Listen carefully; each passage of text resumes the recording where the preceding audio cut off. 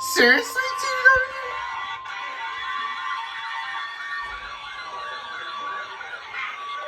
Warning for coastal waters from Englewood to Tarpon Springs, Florida, out 20 nautical miles, Tampa Bay waters, until 9:15 p.m. Eastern Daylight Time. Are you seriously done with the SMW, CBW? A thunderstorm capable of producing water spouts was located 1 mile west of Johns Pass. Wait, moving south isn't there a rotation? hazard, water spouts at wind gusts 34 knots or greater. Source, Oh, I might get a tornado warning. impact, water spouts can quickly form and capsize boats. Damaged We might get a vessels tornado warning. create suddenly high waves.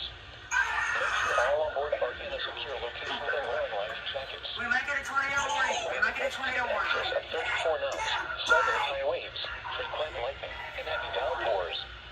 Make sure all on board are wearing life jackets. Locations impacted include Johns Pass. We might get a tornado warning. Move to safe harbor until hazardous weather passes. Thunderstorms can produce sudden water spouts. Water spouts can easily overturn boats and create locally hazardous seas. Seek safe harbor immediately.